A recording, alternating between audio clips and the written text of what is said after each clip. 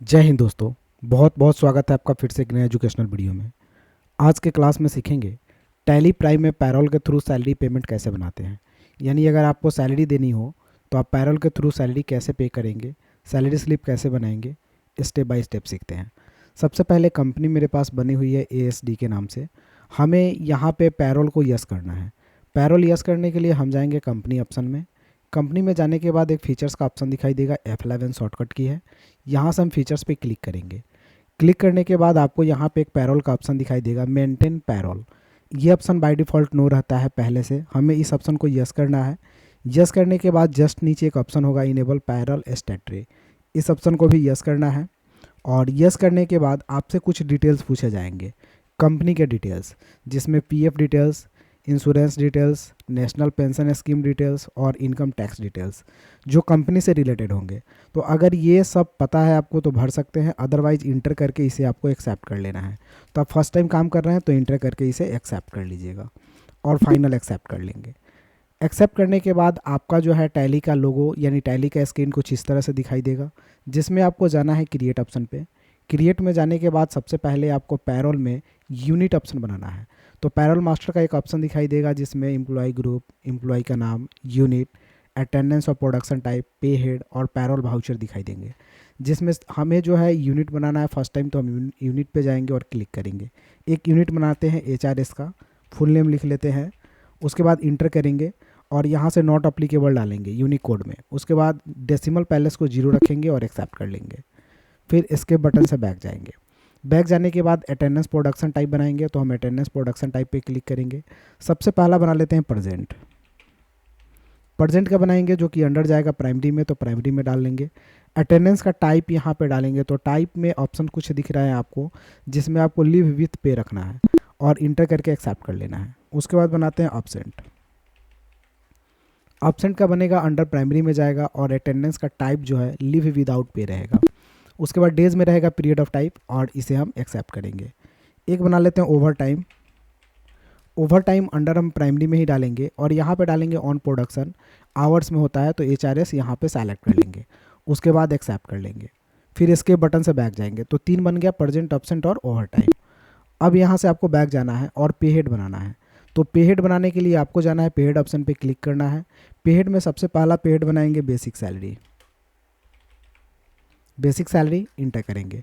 अब पे हेड का टाइप पूछेगा, तो बेसिक सैलरी अर्निंग होता है तो इसे अर्निंग फॉर एम्प्लॉय डालेंगे, यानी एम्प्लॉय के लिए ये अर्निंग होता है, तो यहाँ पे एम्प्लॉय फॉर अर्निंग डालेंगे। उसके बाद यहाँ पे इनकम का टाइप पूछेगा तो फिक्स डालेंगे। अंडर जो है वो हम इनडायरेक्ट एक्सपेंसेस में डालेंगे, तो अंडर इनडायरेक्ट एक्सपेंसेस होगा।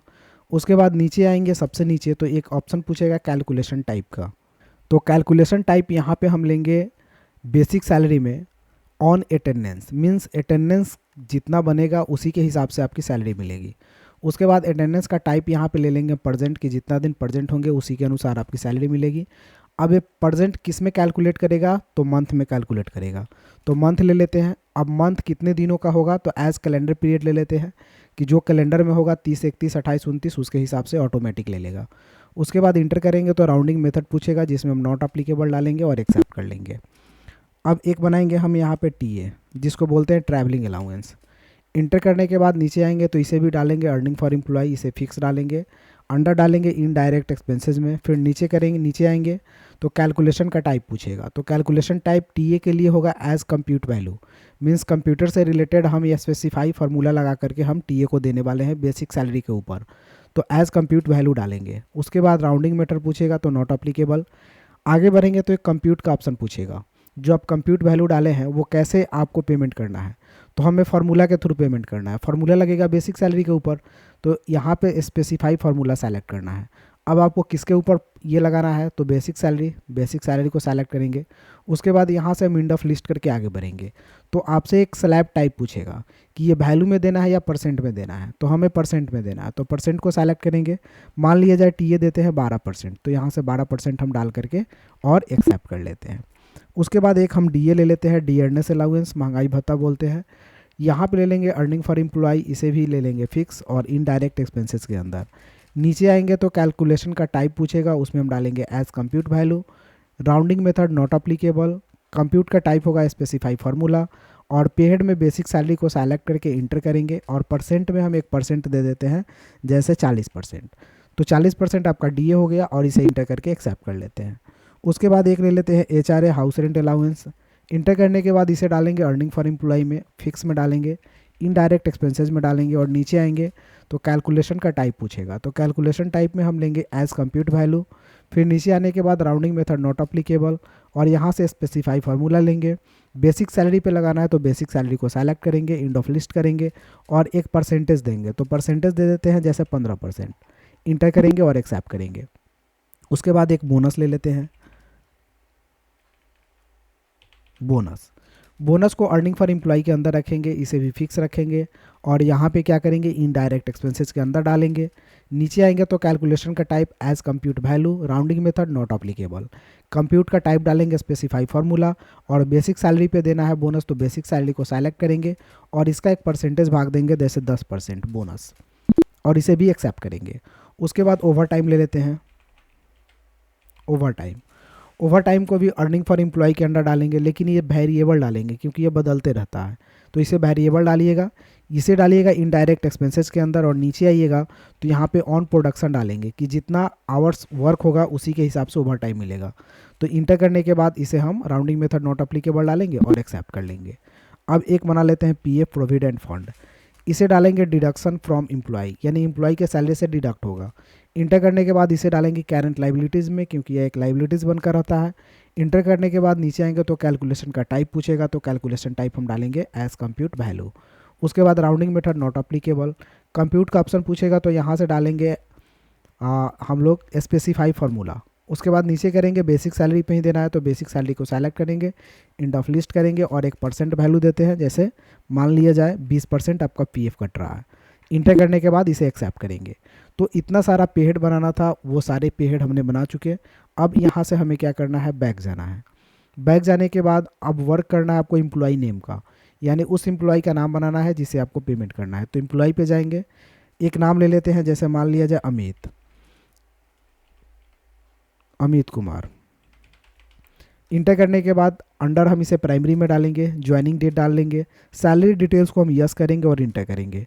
अब यहाँ पे पूछेगा बेसिक सैलरी कितना है, तो बेसिक सैलरी मान लिया जाए 40,000, इंटर करते हैं। अब उस पर बोनस कितना है, तो बोनस ऑटोमेटिक ले लेगा। फिर DA को डाल लेंगे, HRA डाल लेंगे, ओवर टाइम कितने घंटा, तो 100 रुपये घंटा, यानी 100 रुपये घंटा।